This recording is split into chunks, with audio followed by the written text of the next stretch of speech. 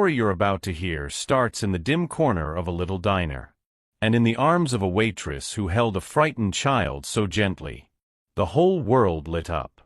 The diner was quiet that evening, humming gently under the warm amber lights. Tucked in the corner of a cozy booth near the window sat William Carter, one of the country's most respected billionaires in the tourism industry. At 60, William carried himself with the poise and precision of a man who had spent a lifetime mastering control of markets, meetings, and moments.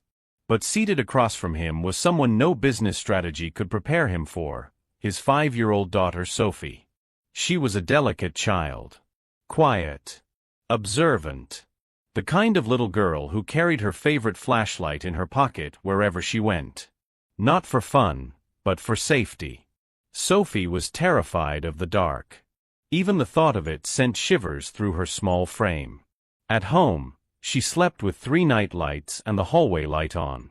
But tonight, William had decided to bring her out, to gently push her boundaries, as he phrased it to his assistant earlier that day. "It's just a little dinner," he had said. "She needs to learn the world isn't going to dim itself for her." So there they sat. William, impeccably dressed in a navy suit, scrolling through emails on his phone, and Sophie, fiddling silently with the silverware, her flashlight tucked tightly in her hand under the table. The lighting in the diner was dim by design. Soft bulbs hanging from vintage brass fixtures created a peaceful ambience. But for Sophie, even peace could feel threatening when shadows crawled across the walls. Then it happened. A flicker. A sputter. And suddenly, half the lights in the diner went out, just for a moment, but long enough. Sophie froze. Her fork clattered onto the table. Her breath hitched. She drew her legs up onto the booth seat, curling into herself like a frightened kitten. Her hands gripped her tiny flashlight, her knuckles white. Her wide eyes scanned the darkness with panic, searching for monsters only she could see. William looked up, startled by the sudden change. Not in the lights, but in his daughter.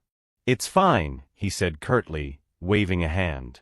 "Just a minor outage. Don't make a scene, Sophie." His voice wasn't cruel, just distant. Dismissive. The kind of tone used by men who were excellent at solving problems, but uncomfortable facing feelings. Sophie didn't respond. She just shivered, clutching her light, trying to become invisible. From across the diner, a waitress had seen it all. Her name was Emma Flores. She was in her 30s, hair pulled back in a soft braid, apron slightly smudged from the evening's work. But there was something in her eyes, something gentle, knowing. Before becoming a waitress, Emma had worked with children in trauma recovery programs. She recognized fear when she saw it. Not the loud, screaming kind. The quiet, paralyzing kind. The kind that made you feel small and alone. Without saying a word, Emma walked toward their table. She didn't ask for permission. She didn't speak to William. She just kneeled quietly beside the booth, positioning herself at eye level with Sophie. The dim lighting brushed against her features, softening every line on her face. And then, she simply opened her arms. No words. No questions. Just an invitation. Sophie stared at her.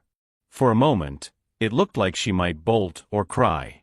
But then, slowly, she scooted across the booth, flashlight still in hand, and crawled into Emma's embrace. She pressed her face against the waitress's shoulder, her little body trembling. Emma held her gently. She didn't try to stop the shaking. She didn't try to make it all better. She just rocked her slightly, matching the rhythm of Sophie's breath.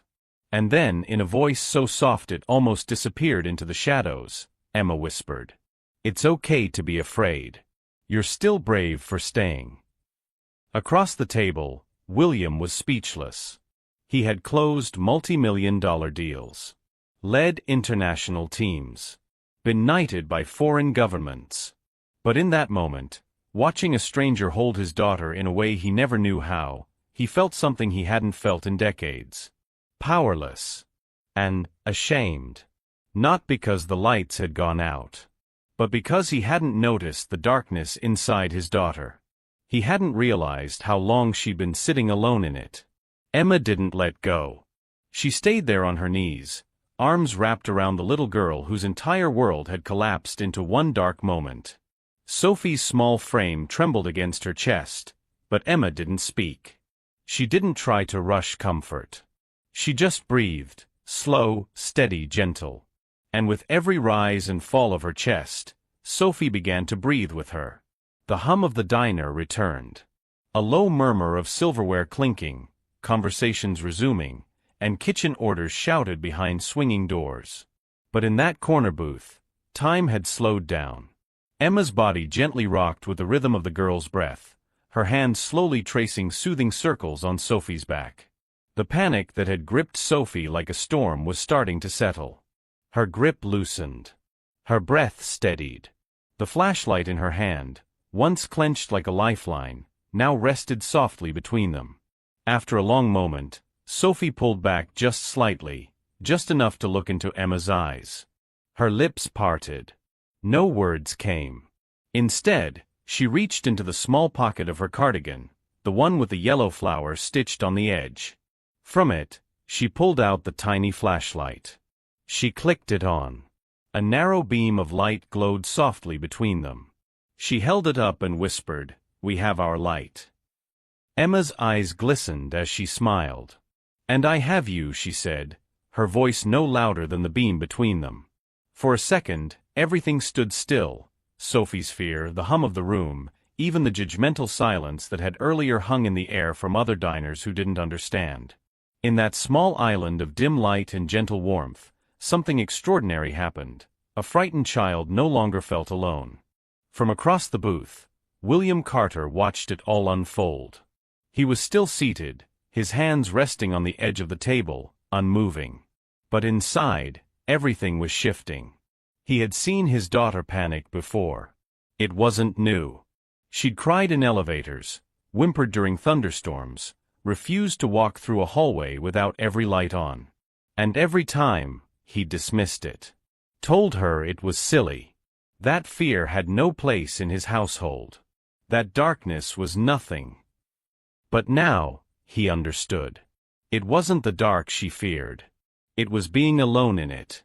And in one quiet moment, without fanfare, without noise, a waitress had stepped into that darkness and sat with her. William felt something tighten in his chest. It wasn't anger or frustration. It was guilt. Raw and real.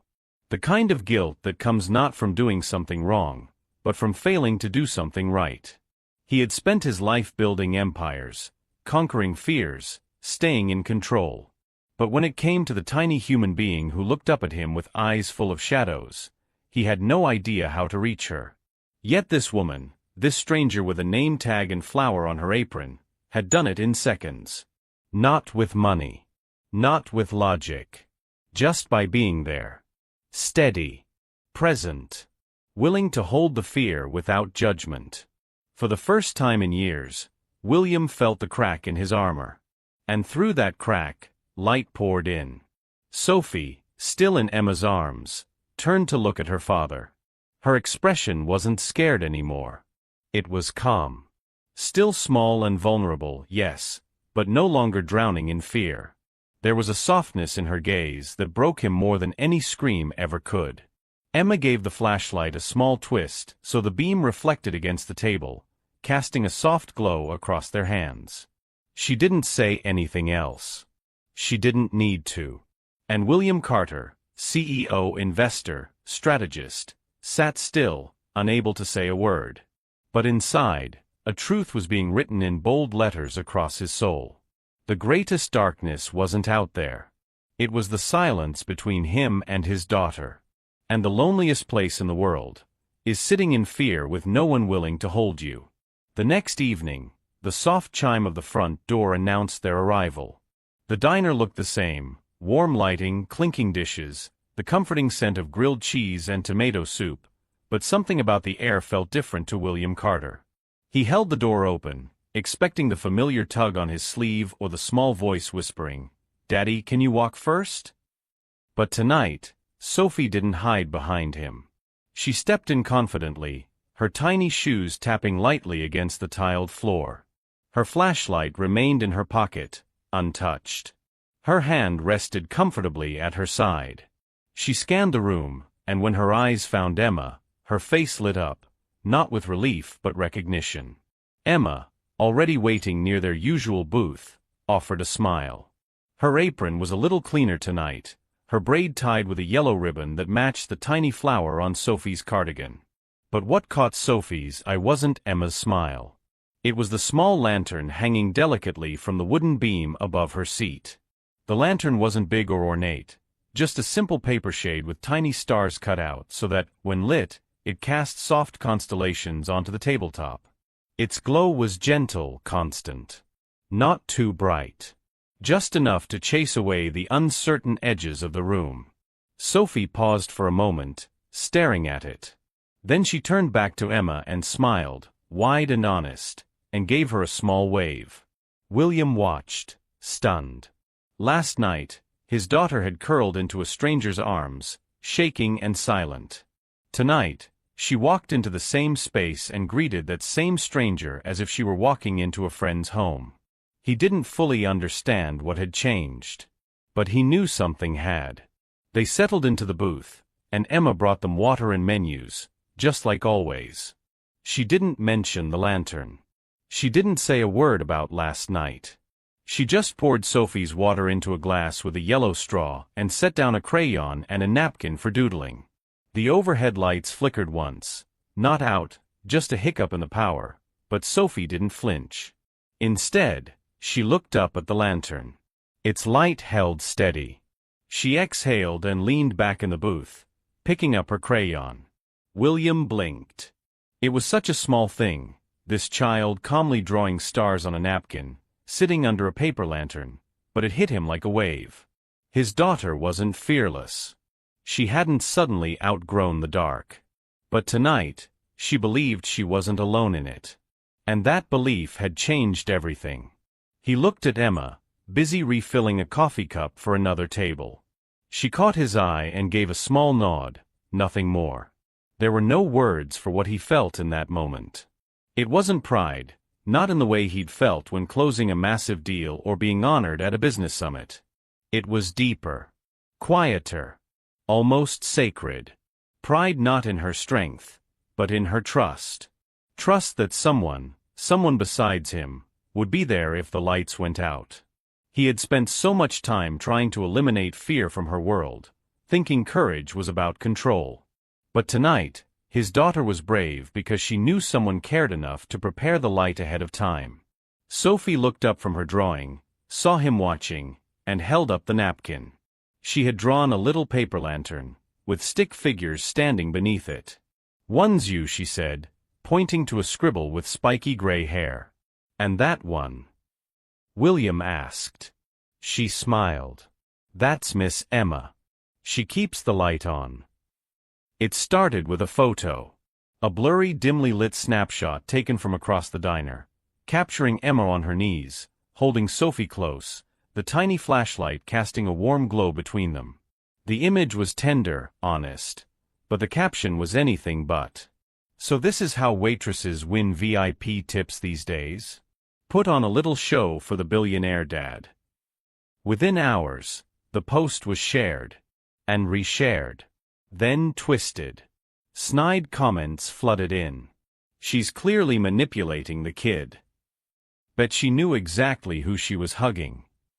Disgusting. Using a child to get ahead." Emma had no idea the photo existed until her manager pulled her aside the next morning. "You went viral," he said flatly, pushing his phone toward her. "And not in the good way." Emma's stomach dropped. She scrolled through the comments, her face draining of color with each swipe.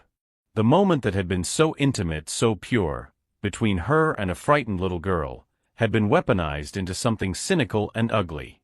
"I know the truth," the manager said quickly, perhaps trying to sound sympathetic. "But you know how it is. We can't afford bad press right now. Mr. Carter's a big deal." "So what are you saying?" Emma asked. "We're moving you to the late shift," he replied. No more day shifts. No more family tables. Just less exposure.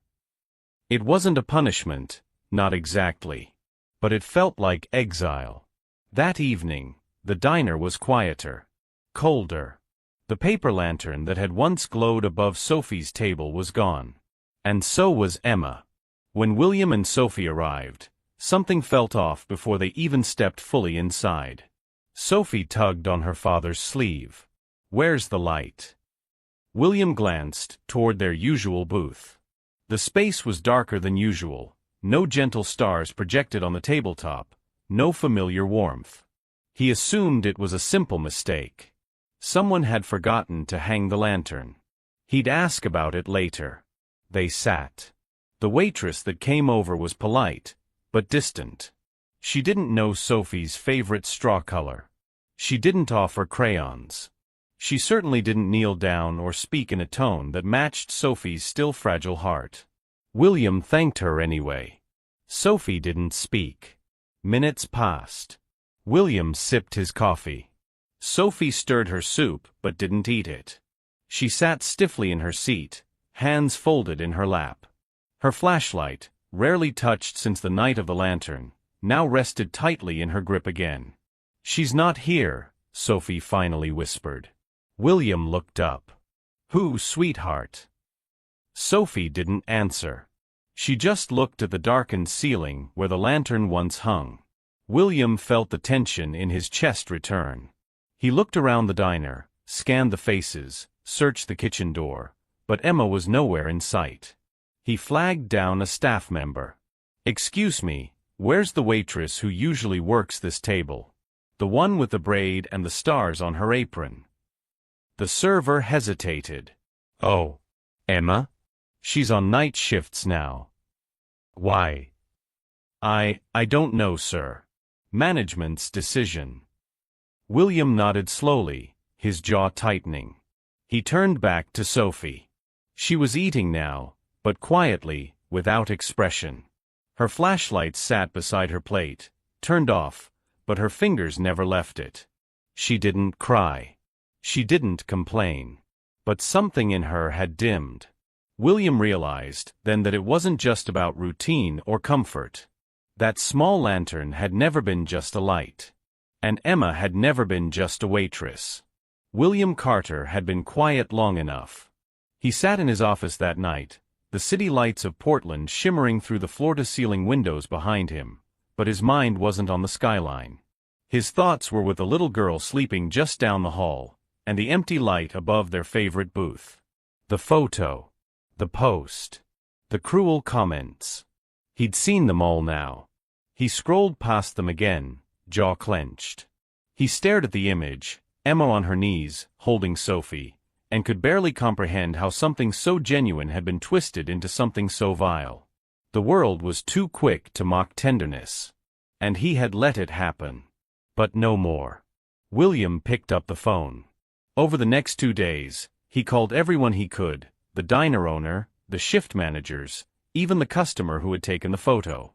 It wasn't hard to uncover the truth, because there was nothing to hide. Emma had comforted a frightened child. That was all. No manipulation. No hidden agenda. Just a quiet, instinctive act of kindness from someone who saw a child in need and stepped forward, when he himself had hesitated. The weight of that realization crushed him.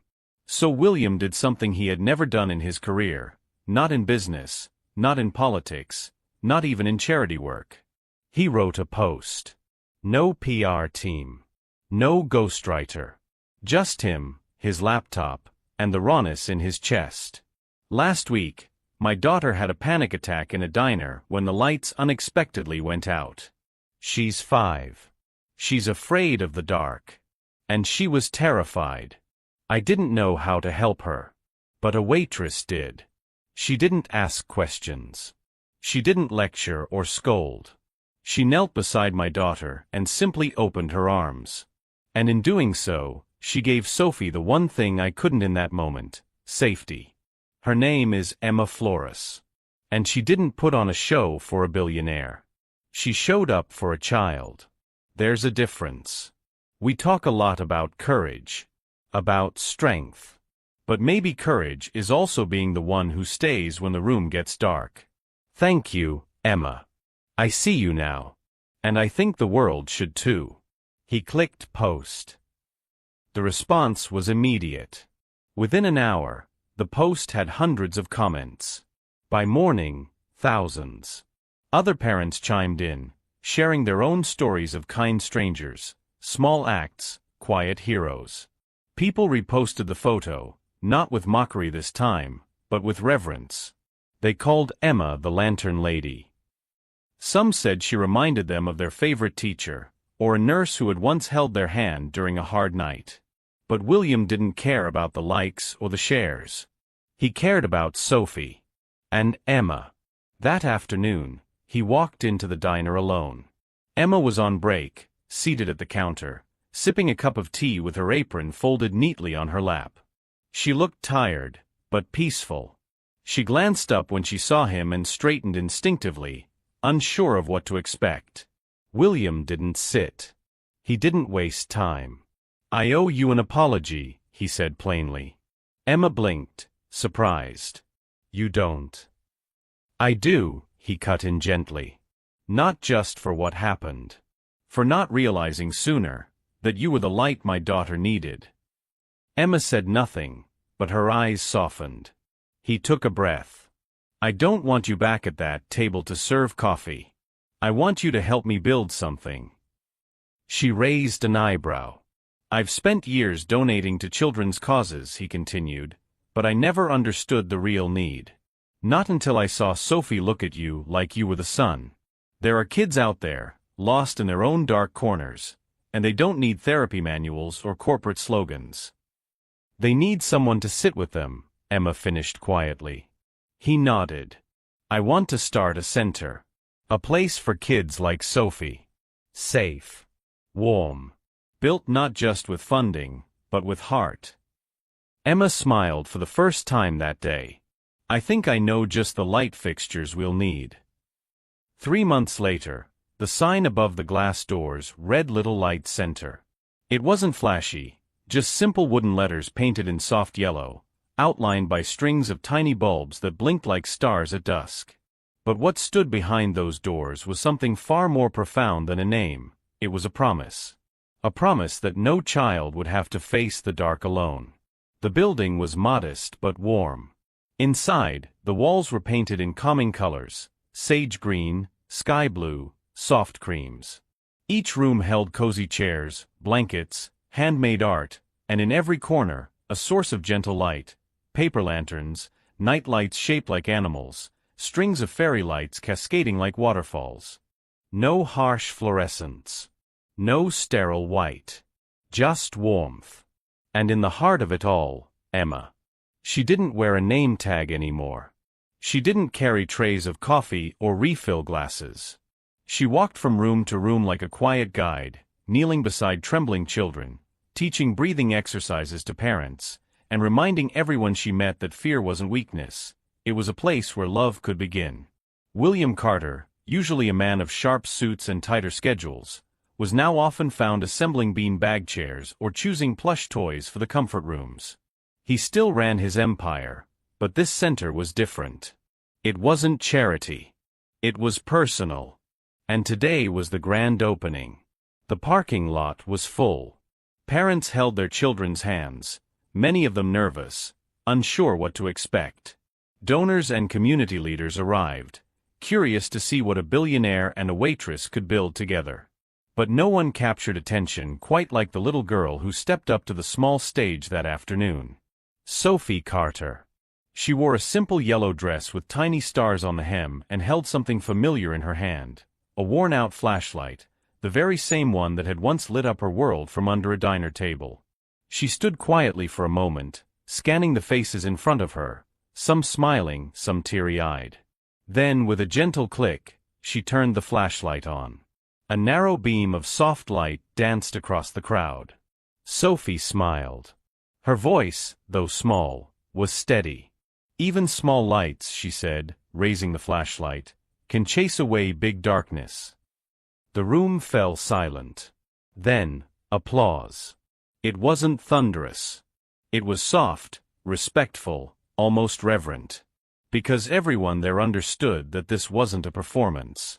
It was a declaration, from a child who had once curled into herself at the first flicker of a power outage, and who now stood tall, offering light to others. William stood at the edge of the crowd, eyes damp. He didn't step forward. He didn't need to. Because in that moment, he understood what legacy truly meant. It wasn't the resorts bearing his name. It was this.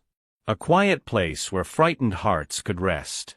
A space built not on profit, but on presence. On connection.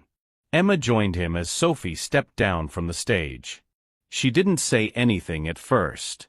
She just watched Sophie hand the flashlight to a younger boy who had been crying earlier. He clicked it on and smiled. William turned to her. "You taught me something," he said quietly. "That a timely hug can be louder than 1,000 well-meaning words." Emma looked at him, her eyes soft. "We all just need someone willing to sit with us in the dark." He nodded. And as the children laughed and the lights flickered softly overhead, William Carter, who once thought he had to solve everything, finally understood the beauty of simply showing up. If you believe that a simple hug in the dark can light up a child's entire world, then leave a like, for those who are brave enough to sit beside someone in fear. And stay, until that person finds their own light. And don't forget to subscribe to Justice Reloaded HD. For more stories of healing, hope, and the quiet power of compassion. We'll see you next time.